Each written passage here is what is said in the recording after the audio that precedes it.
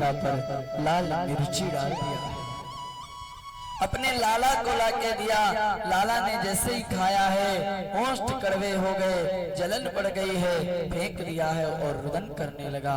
ये सब गोविंद की बंसी का कमाल हो रहा है।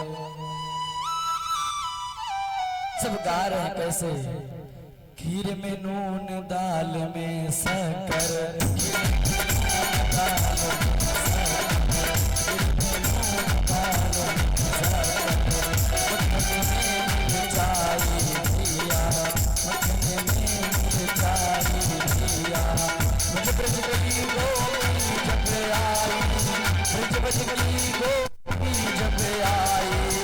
ऐसी मती बोराई मुरलिया हरी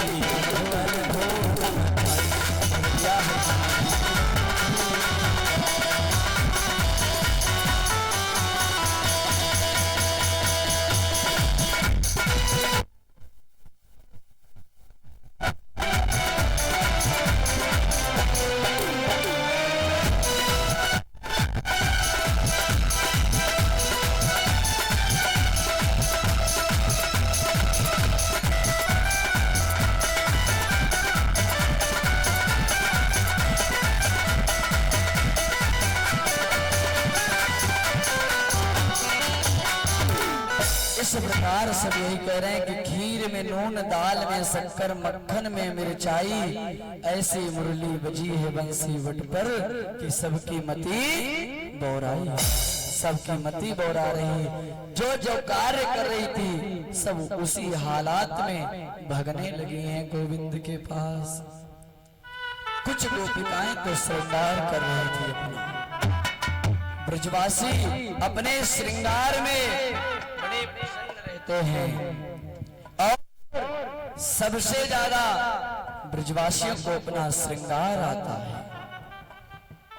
कभी भी वृंदावन जाओ, देखना जो सच्चा ब्रजवासी या ब्रज का ही होगा तो उसके श्रृंगार की परख बता दें ब्रजवासी को पहचानने की। मोटा मोटा काजल लगाए होगा, लंबा सा तिलक पूरा माथ पोते होगा और सुंदर सी माला और इत्र की खुशबू दे रही हो, समझ जाना कि ये ब्रजवासी है। क्योंकि हम और आपको शर्म आएगी काजल लगाने में, तिलक लगाने में। मेरा धर्म सनातन है, मैं हिंदू हूँ, मैं ब्राह्मण हूँ, लेकिन तिलक लगाने को कहा जाए तो मैं तिलक लगाने के लिए शर्म आती है। सिखा रखने को कहा जाए तो मुझे शर्म आती है, इसलिए ऐसा नहीं करना चाहिए। तो आज ब्रजवासी इसी तरह रह रहे हैं। तो कुछ ब्रजवासी और ब्रज की गोपिकाएं अपना सुंदर सुंदर सा श्रृंगार कर रही थी। सुंदर श्रृंगार, एक गोपी अपने पैरों में महावर लगा रही थी, रंग लगा रही थी। इतने में गोविंद की बंसी का वादन हुआ।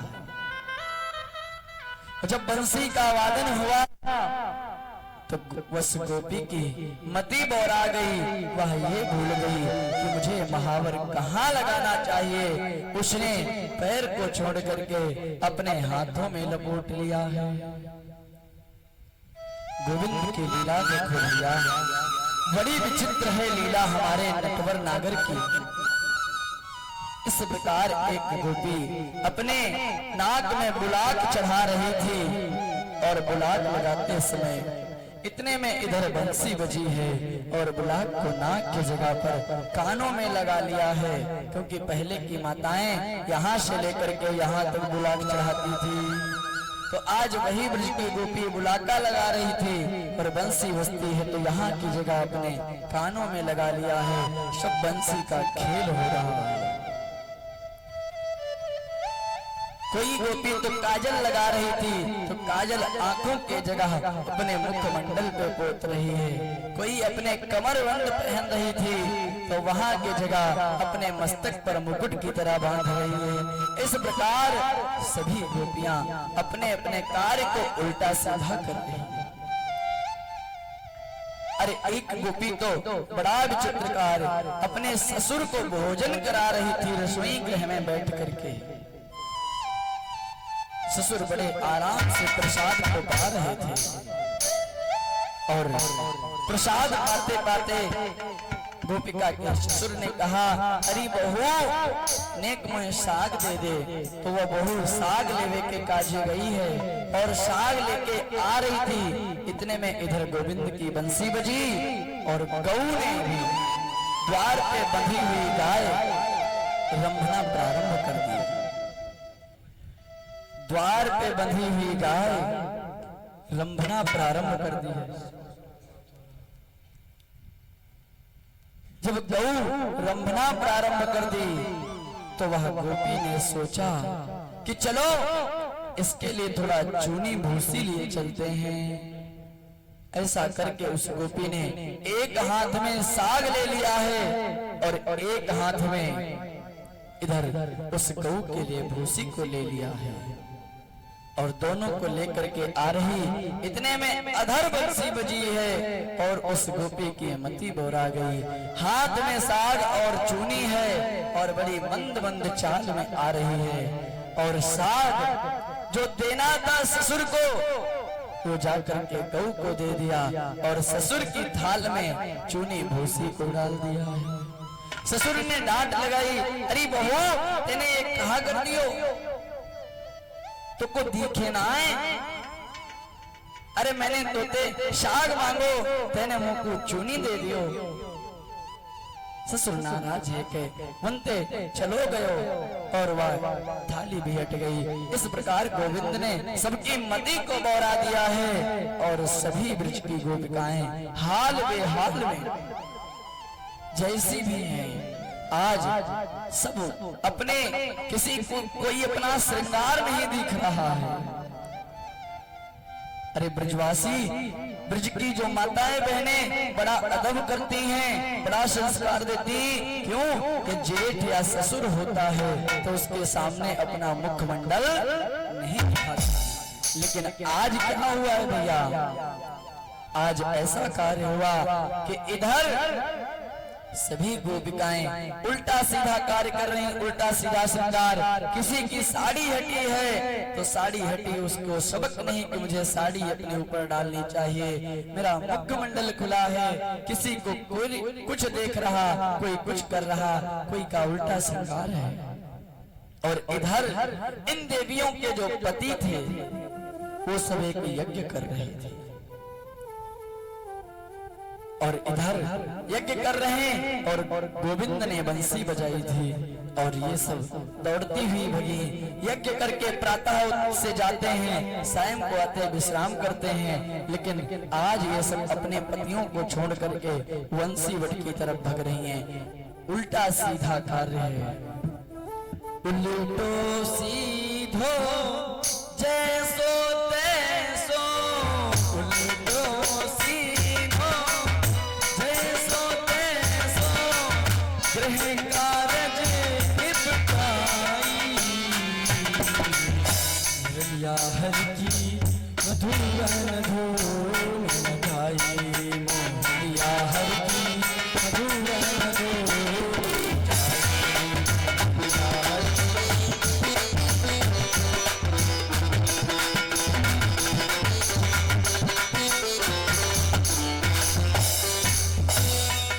इस प्रकार सभी उल्टा सीधा कार्य करके उल्टो सीधो जैसो तैसो गृह कारज निपटाई। मुरलिया हर की मधुवन धूम मचाई। इस प्रकार सभी गोपी गोविंद के चितवन को निहारते हुए आज वंशीवट पे पहुंची हैं। कैसे निसम्य गीतम तदनंगर्धम ब्रजत्या कृष्ण गीत मानस, आज गुरो मलिचो तमाद्या सयत्र कांतो जलोल। अब गोविंद के पास जाने के लिए सब विलक करके पहुंची हैं और जैसे ही सब गोपिकाएं पहुंची गोविंद ने कहा है, स्वागत किया है। स्वागतम वो महाभागा प्रियम किम करवाणि मां, ब्रजस्यानामयं गच्छत वृतागुणान कारण। अरे देवियों आओ महाभागाओ, आपका स्वागत है। इस प्रकार स्वागत करते हुए ब्रज गोपिकों को गोविंद ने बुलाया। लेकिन जब गोविंद के पास पहुंची हैं और जाकर के गोविंद के सामने कहा, हाथ जोड़ करके नमस्कार किया। गोविंद ने कहा है ब्रूता गमन कारण, अरे महाभागाओं आपका आने का कारण क्या हुआ? भैया ध्यान देना, यदि कोई व्यक्ति हमको बुलाए और बाद में हमसे यही कहने लगे आप किस लिए आए हो, तो हमारे हृदय में उस समय क्या बीतेगी? हम क्या चाहेंगे कि अरे पहले तो बुलाया और अब पूछ रहा है किस कारण से आए।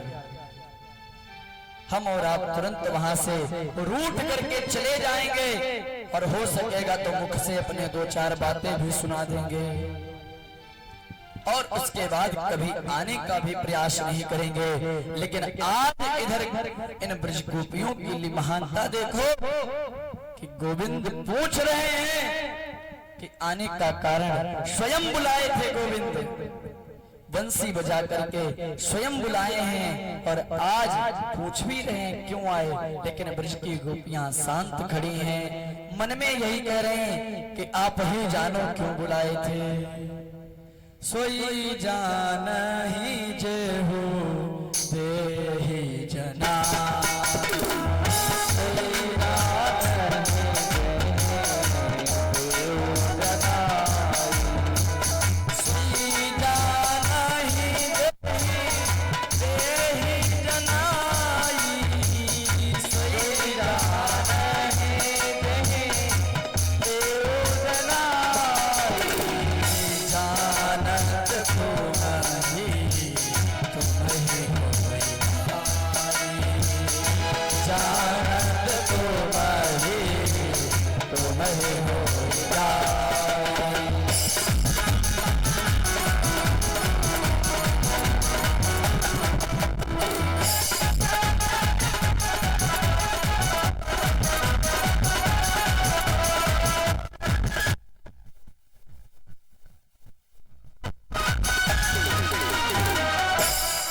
गोपियां अपने मन में यही विचार करें कि प्रभु तुम ही जानो क्यों बुलाए थे।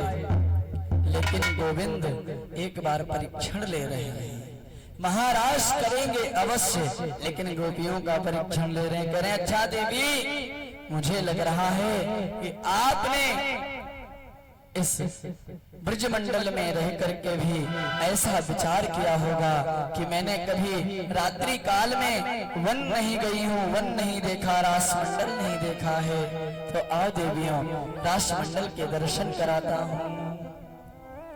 गोपियां दर्शन करी फिर भी खड़ी हो गई। गोविंद कह रहे देवी अब आप जाओ यहाँ से।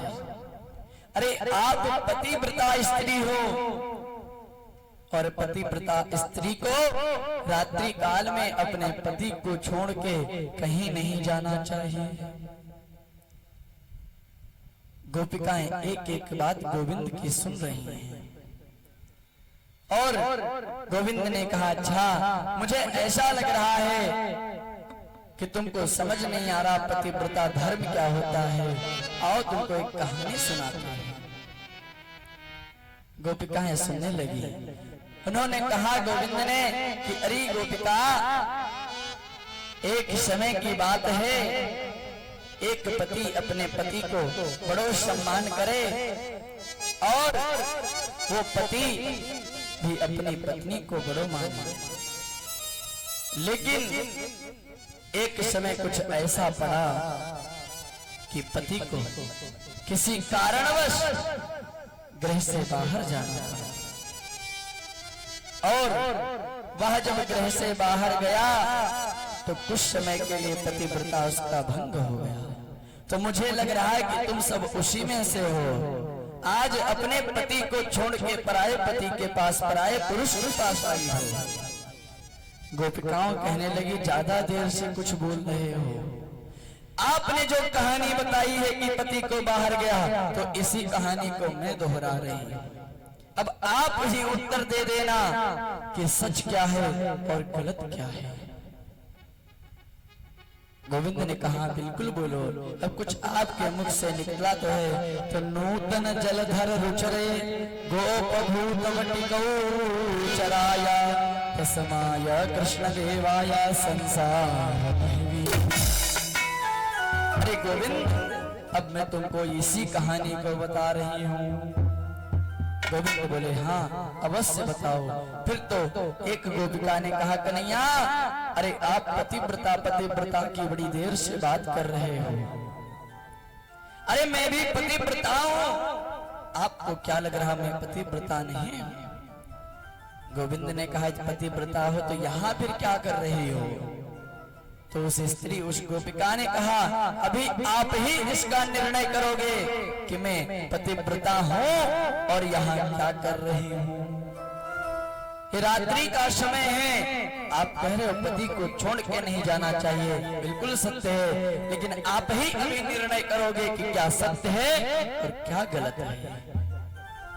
फिर तो उस ब्रज गोपी ने कहा कि महाराज, एक बड़ी ही धर्मवान देवी या गोपी थी, उसने अपने पति की बड़ी सेवा की। इस प्रकार सेवा की कि प्रातः काल से लगा करके सायं काल तक अपने पति की ही सेवा में लगी रहती है। कैसे? जैसे एक मंदिर में 4 बजे उठ करके एक मंदिर का पुजारी गर्भगृह में जा करके मंदिर की सफाई करता है और स्नान ध्यान करके भगवान को ताली बजा करके या घंटी बजा करके जगाता है, उसी प्रकार एक यह पत्नी स्त्री थी, पतिव्रता थी, वो भी 4 बजे उठ करके पूरे गृह को साफ करना, उसके बाद स्नान ध्यान कर लेना, उसके पश्चात अपने पति के पास जाकर के उनके चरणों को छू छू करके चरणों को हिला करके जगाती है। इस प्रकार जगाने से लगा करके स्नान ध्यान संध्या वंदन करवाती है, भोजन करवाती है, प्रसाद करवाती, सब कुछ कराती है। अरे कहाँ तक? प्रातः से लगा के रात शयन तक भी अपने स्वामी को शयन के समय भोजन करा करके और चरण दाबते हुए अपने स्वामी को सुलाती है।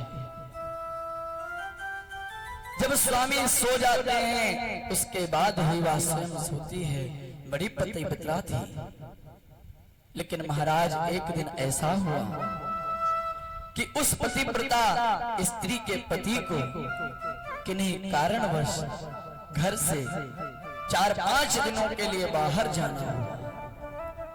अब वह बाहर जा रहा है तो उसने अपनी पत्नी से कहा कि देवी, आज मैं यहाँ से जाऊंगा, लेकिन मुझको पता है कि आप पतिव्रता हो और आप मेरे बिना एक पल भी नहीं जी पाओगे। तो देवी, हम आपको एक उपाय बता रहे हैं, क्योंकि जाना भी बड़ा आवश्यक है, घर परिवार है तो उसके लिए हमें जाना भी पड़ेगा। लेकिन एक बात बताता हूँ, अरे हम आज तुम्हारे लिए मिट्टी का पुतला बनाते हैं। फिर तो उस पति ने एक मिट्टी के पुतले को बनाया है और अपनी पतिव्रता स्त्री से कहा कि देवी, जब तक मैं नहीं आता हूँ तुम इस पति की सेवा करना, हमारा अंश मार करके, हमी को मान करके अपने इस पति की सेवा करना, आपका पातिव्रत भंग भी नहीं होगा और आप पतिव्रता कहलाओगे। गोपी ने कहा ठीक है महाराज, जो आपके स्वामी का आदेश होगा मैं वो करने को तैयार हूँ। फिर तो इस प्रकार एक मिट्टी का पुतला बनाया है और पति गृह से बाहर गया है। जैसे निकला प्रणाम करके दरवाजे में कुंडी लगी रहती है। प्रातः से सायं तक किसी भी कार्य में नहीं जाती, कुंडी लगी रहती, घर का दरवाजा भी नहीं खुलता है। अपने पति की सेवा, मिट्टी के पुतले में पति को देख करके वह पतिव्रता स्त्री अपने गोविंद को ही देख कर, अपने प्राण पति को देख करके उन्हीं की सेवा में लगी रहती है और हर समय उन्हीं की सेवा। आज इधर वो पति बाहर आ गया और अपना कार्यधार किया। उसके पश्चात कुछ दिनों के बाद वह अपने घर पुनः वापस आया। जब वह वापस आया है पति, तो दरवाजा खटखटा रहा है। और इधर वह पतिव्रता स्त्री जो थी उसने उस मिट्टी के पुतले को अपने जंघे पर सर रख करके शयन करा रही है। अब महाराज एक पति दरवाजे पे खड़ा है, जो रियल का था, असली पति था, वो दरवाजे पे खड़ा कुंडी खटखटा रहा है।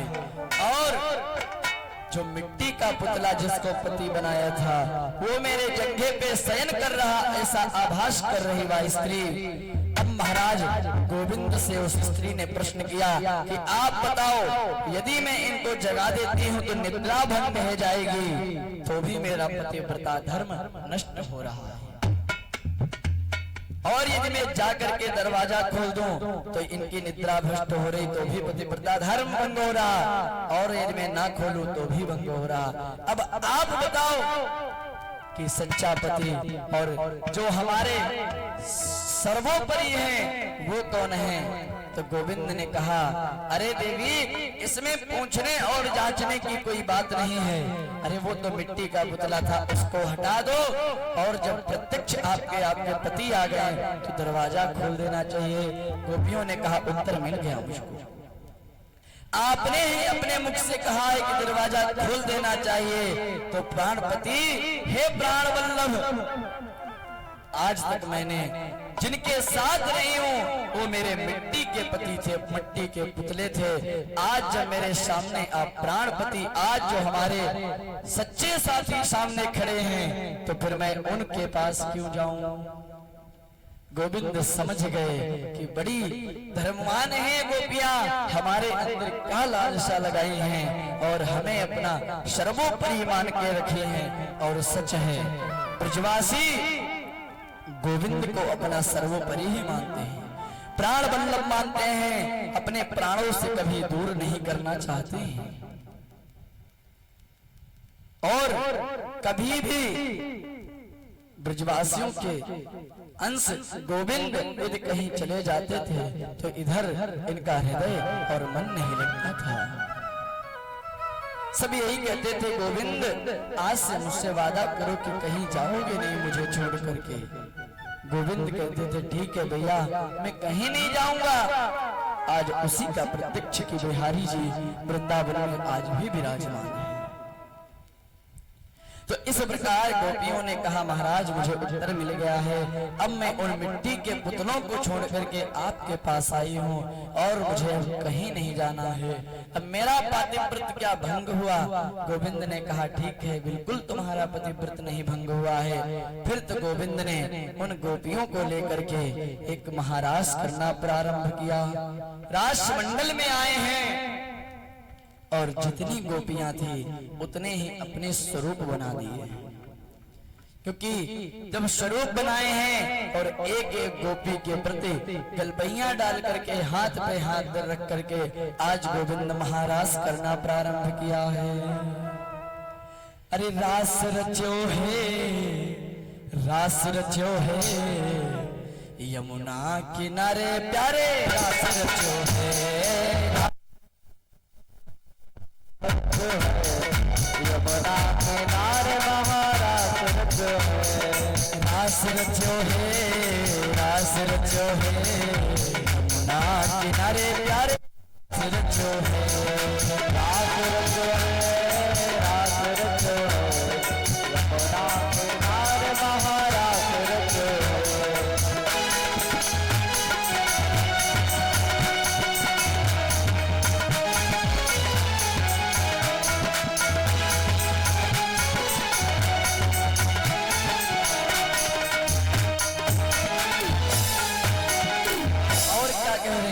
रहा रास में कौन कौन नृत्य करने आया है?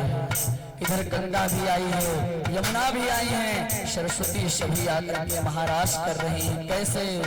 गंगा नाचे, यमुना नाचे, नाचे नदियां,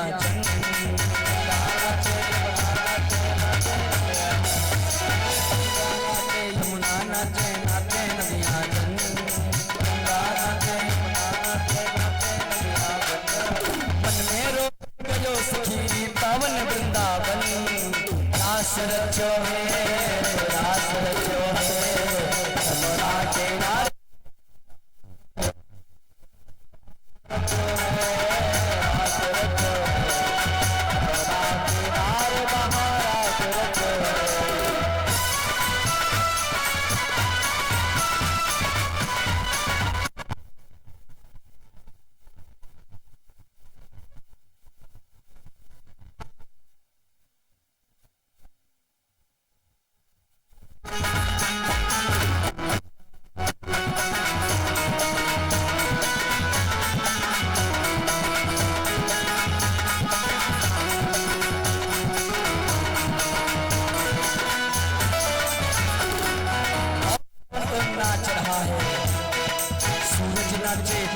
नाचे नाचे तारागण, सूरज नाचे चंदा नाचे नाचे तारागण, सूरज नाचे चंदा नाचे नाचे तारागण, सूरज नाचे चंदा नाचे नाचे तारागण।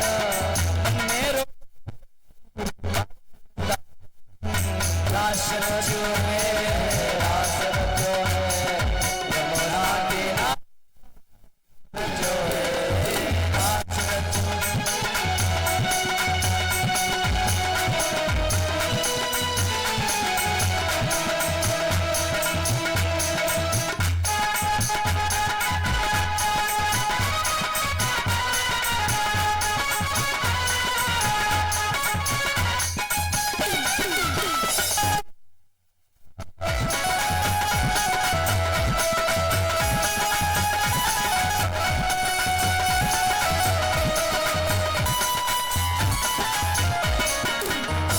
इधर सूरज चंदा तारागण भी नाच रहे हैं, तो गंधर्व और ऋषि भी को भाव आ गया। आज गोविंद का ऐसा महारास हो रहा है। कैसे? गंधर्व नाचे ऋषि नाचे, नाचे नाचे गण, गंधर्व नाचे ऋषि नाचे नाचे देवगण, गंधर्व नाचे ऋषि नाचे नाचे देवगण, गंधर्व नाचे ऋषि नाचे नाचे देवगण। मन में रोबन गयो सखी पावन वृंदावन, रास रचो है, यमुना के नाम रचो है, रास रचो है, रास रचो है, यमुना के नाम महारास रचो है।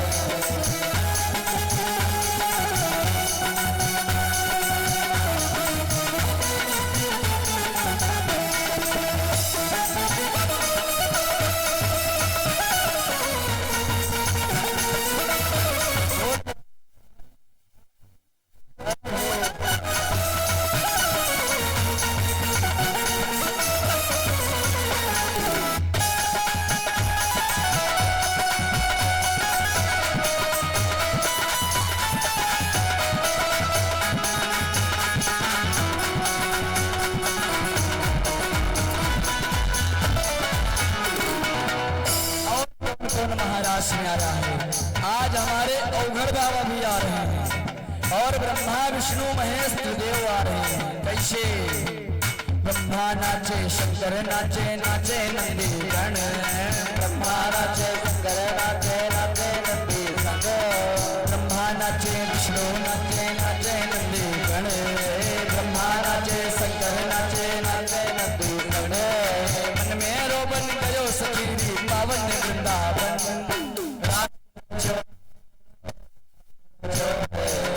यमुना किनारे रास रचो है, रास रचो है, यमुना किनारे रचो है।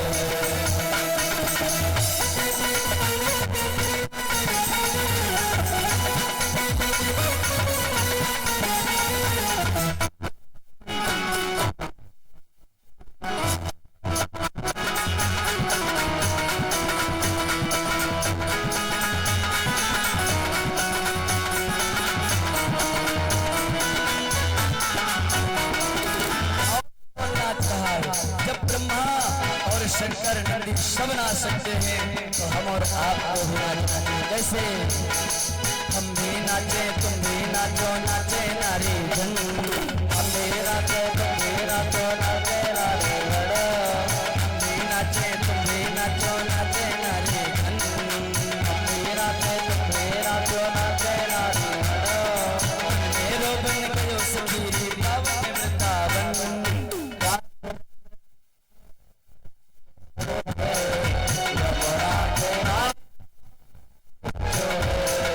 रास रचो है, रास रचो है,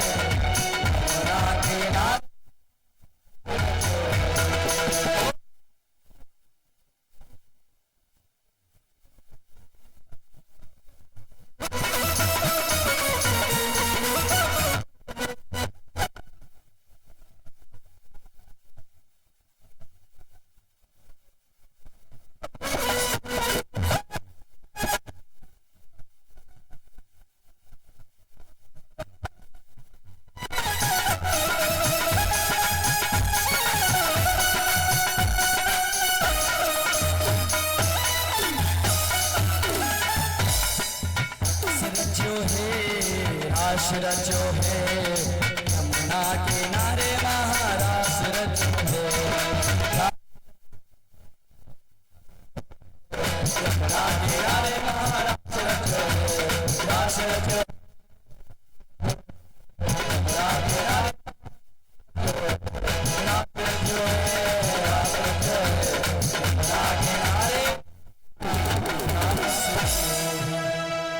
इस प्रकार जब गोविंद महाराज को प्रारंभ कर दिए, जब महाराज करने लगे तो इधर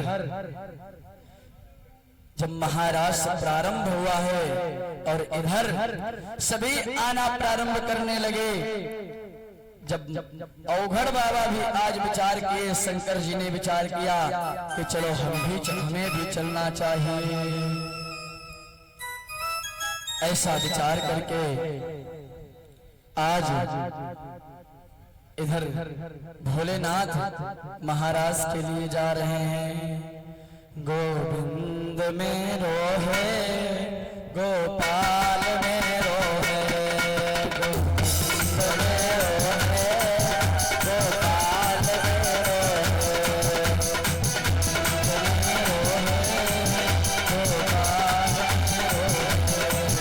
गोविंद मेरो है, गोपाल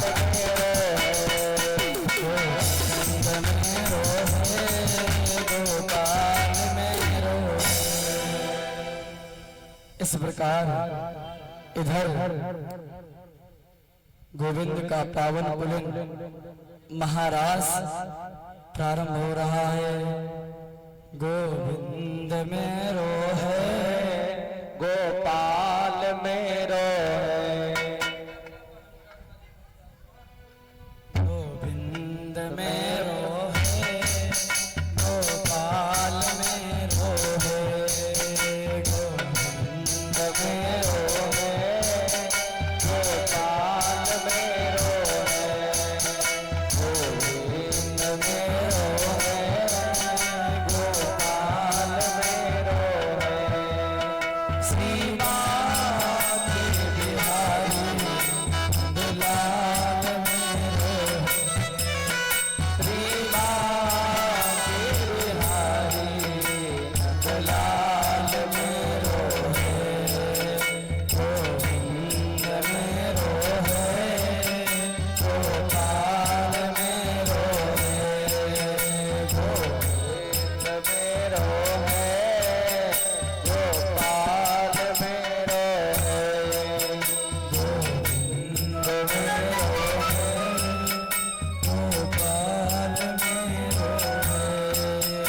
गोविंद मेरो है, गोपाल मेरो है। श्री बांके बिहारी नंदलाल मेरो है, श्री बांके बिहारी नंदलाल मेरो है, श्री बांके बिहारी नंदलाल मेरो है, श्री बांके बिहारी नंदलाल मेरो है, गोविंद मेरो है, गोपाल मेरो है, गोविंद मेरो है, गोपाल मेरो है, गोविंद मेरो है, गोपाल मेरो है।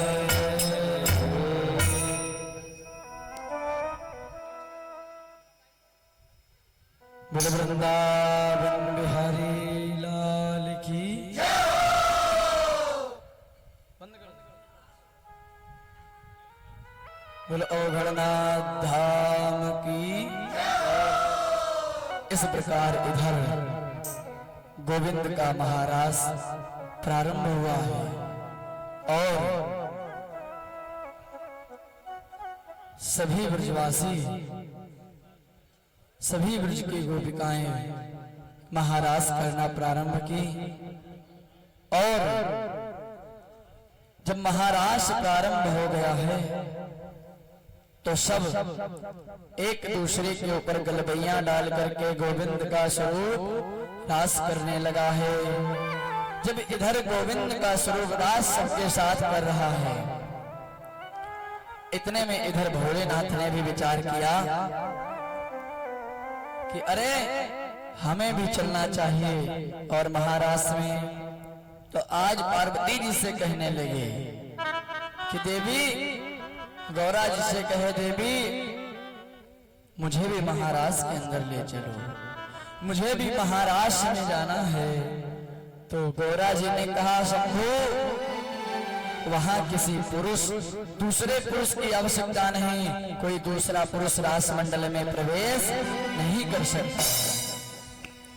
वहां तो सिर्फ एक ही पुरुष है और सब स्त्रियां होती हैं। तो भोलेनाथ ने कहा अच्छा ऐसी बात है तो मुझे भी गोपी बना दो। तो गौरा जी ने कहा गोपी तुम्हें कैसे बना दें? माँ ने, पार्वती ने कहा कि आपके पास तो इतने बड़े बड़े नाग हैं, हम उनको यदि घूंघट भी डालेंगे तो फनकार करके बाहर आ जाएंगे। आप तो बाहर से ही पता चल जाएंगे कि आप कोई मर्दाना यहाँ आया है। लेकिन शंकर जी ने कहा नहीं, मुझे यहाँ सजाओ और मैं अवश्य चलूंगा महाराज करने के लिए।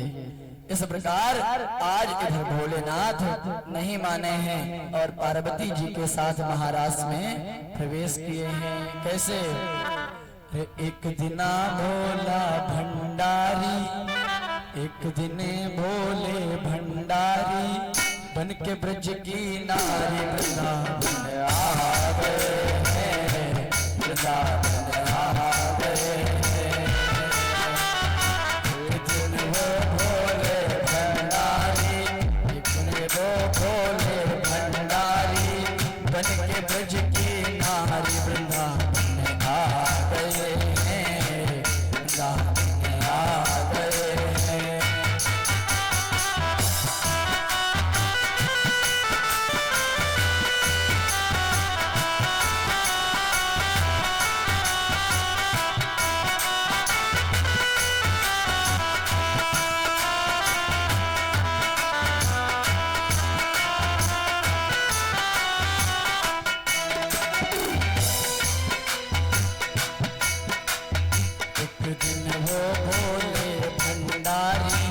बन के ब्रज की नारी वृंदावन आ गए हैं,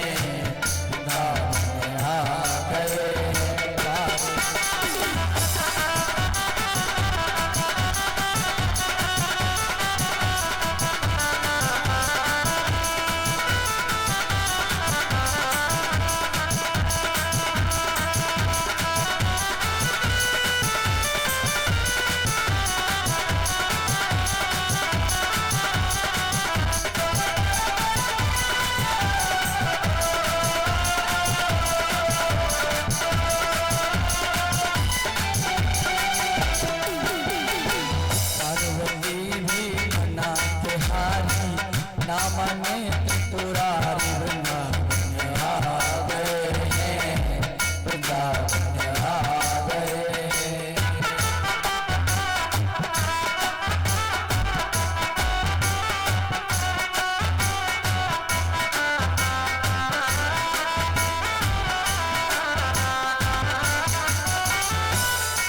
और क्या कहने लगे भोलेनाथ कि पार्वती मैं चलूंगा और मानने वाला नहीं हूँ। कैसे? पार्वती से बोले मैं भी चलूंगा तेरे साथ में, तेरे साथ में। बोले मैं भी चलूंगा तेरे साथ में, तेरे साथ में। राधा संग श्याम नाचे मैं भी नचूं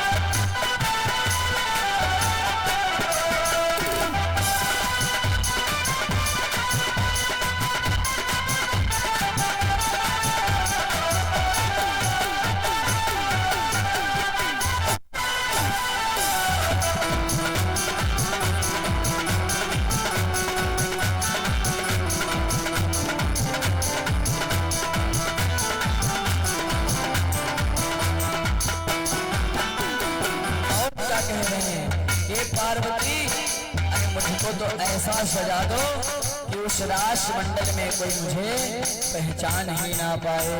कैसे ऐसा बना दो मुझको कोई न जाने इस राज को,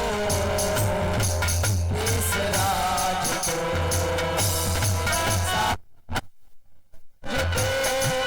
कोई न जाने इस राज को, इस राज को सहेली तेरी ऐसा बताना ब्रिजराज को, ब्रिजराज को मैं हूँ सहेली तेरी ऐसा बताना ब्रजराज को, ब्रजराज को नाक चूड़ा पहन के साड़ी चाल चले मतवाली वृंदावन में आ गए, नाक चूड़ा पहन के साड़ी चाल चले वृंदावन आ गए, वृंदावन आ गए। तो दिन वो नारी कलिक ब्रज की नारी वृंदावन आ गए हैं, वृंदावन आ गए।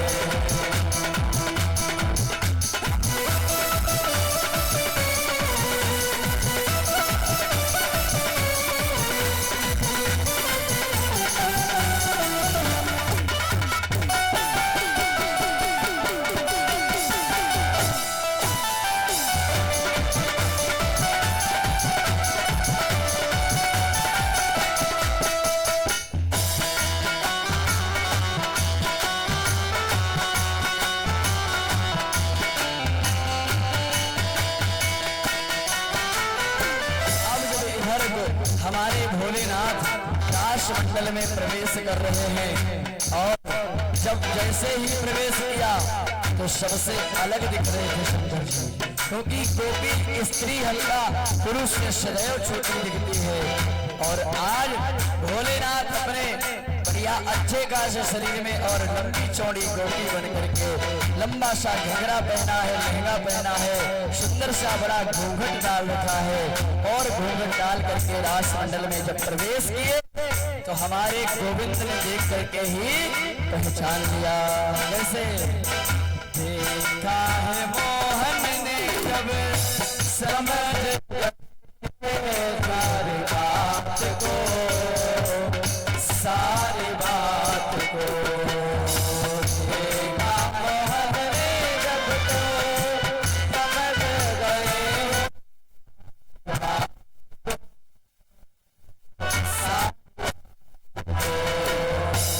ऐसी बजा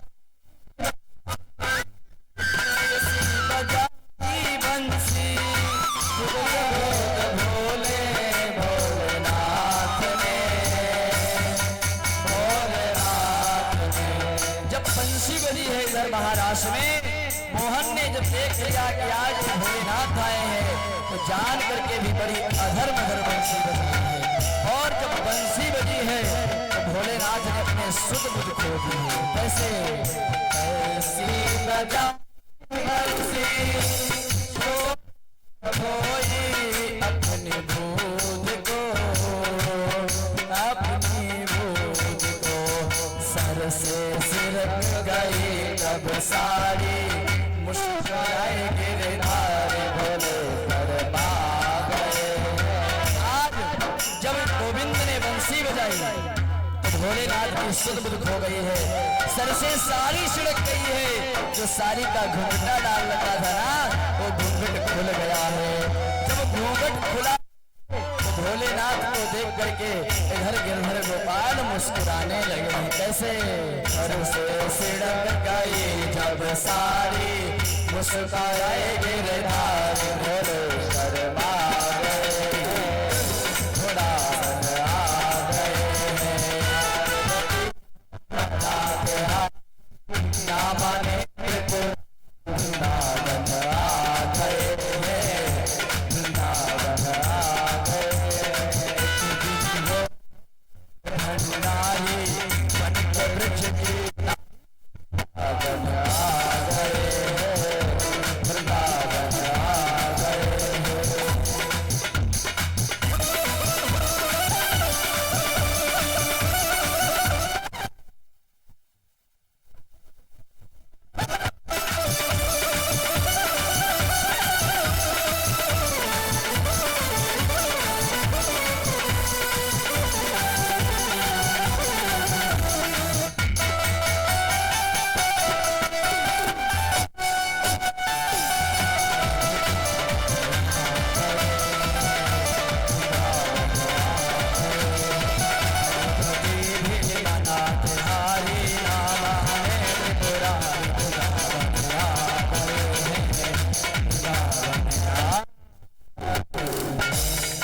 प्रकार आज महाराष्ट्र में गोविंद का आगमन हुआ और भोलेनाथ की लीला को देख करके गोविंद भी मुस्कुराए, भोलेनाथ शर्माए, वहां से आए। इस प्रकार महाराज विश्राम हुआ।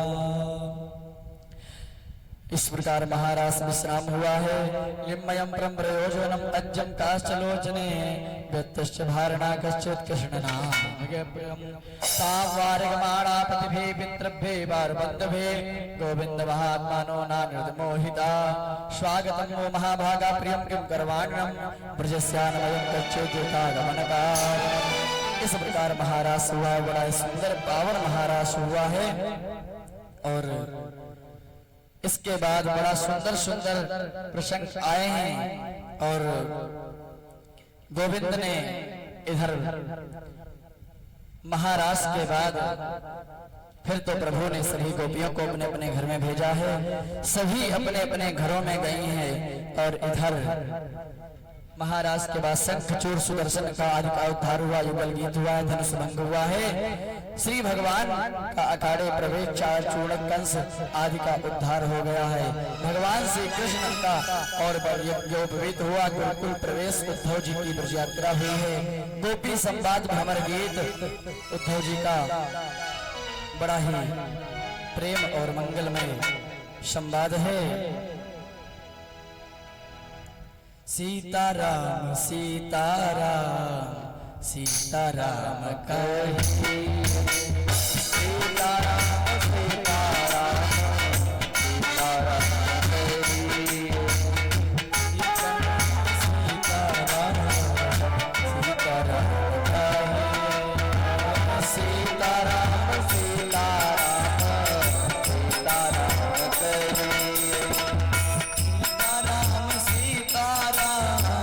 सीताराम कहे।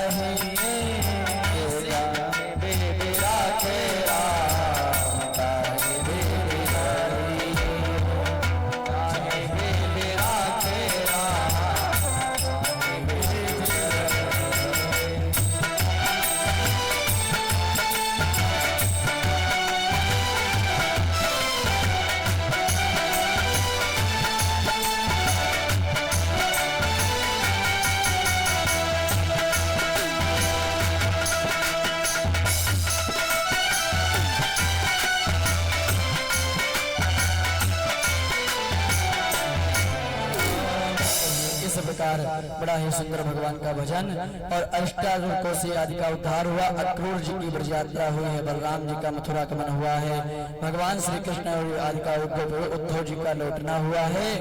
और जरासंध के द्वारा द्वारिकापुरी का युद्ध निर्माण, इधर हिरण्य और श्री कृष्ण के पास रुक्मिणी जी का बड़ा मंगलमय संदेश आया है।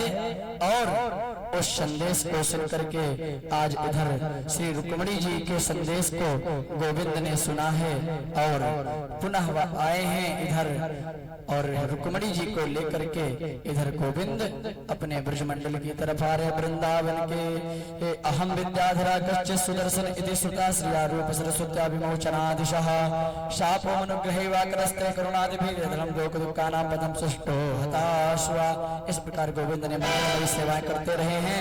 निशाम दत्तम वसुदेव ध्यासया निवासितो नारदेन अमरो नाथांगो रथेन गोलुलं प्राप्ता सूर्याश्चन्द्र प्रजा उद्धर्दशरम कृष्णानस्त्य ब्रजम किम करवाणि महा। इस प्रकार गोविंद इधर जरासंध के आए हैं। और इधर रुक्मिणी जी के 5 भाई हुए थे, हिरण्य हरिकुशपु आदि इत्यादि, रुक्मी रुक्मबाहु रुक्मसेन, ये इनके भाई हुए हैं। और गोविंद इनसे लेकर के आज शिशुपाल के साथ विवाह हो जाना जा रहा था, उनसे छुड़वा करके गोविंद की बड़ी ही सुंदरमय लीला हुई है। और लेकर के इधर रुक्मिणी जी को आज अपने धाम को आए हैं। और बड़ा ही मंगलमय गीत हुआ है। सब बड़े हंसी और खुशी से भगवान का उत्सव मनाए, योग विवाह मनाए हैं। भगवान नारायण सुता संबरेण हरतो गृहात् अहम ते देखता पत्नी रति कामो भवान प्रभु। आज गोविंद ने अपनी पत्नी रुक्मिणी को अपनी पत्नी मान लिया। अहम ते देखता पत्नी रति काम भवान प्रभु। बोल रुक्मिणी मंगल भगवान की। आइए 2 बार भगवान का मंगलमय नाम, उसके बाद भगवान की मंगलमय आरती होगी। आज की सेवा यहीं पर विराम। कल जैसी गोपाल जी की इच्छा उस प्रकार भगवान का उत्सव होगा। गोविंद मेरो है गोपाल मेरो है।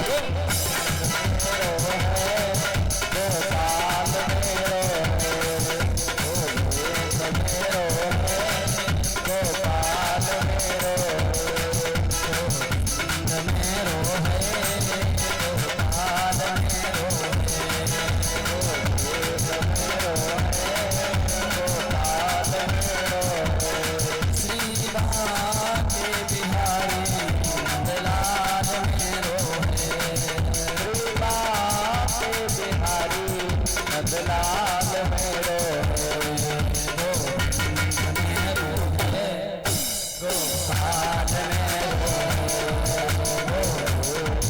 रोए। आप सभी अपने साधन पर खड़े हो जाए।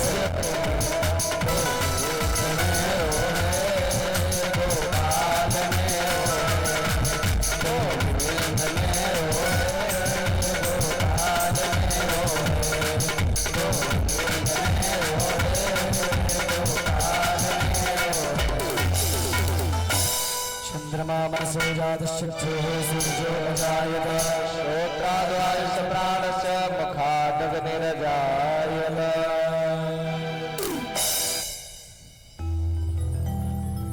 सभी लोग भगवान की आरती को करेंगे और जैसी गोपाल जी की इच्छा आगे का प्रसंग भगवान की सेवा से कल श्रवण करेंगे। बड़े भाव के साथ गाएंगे।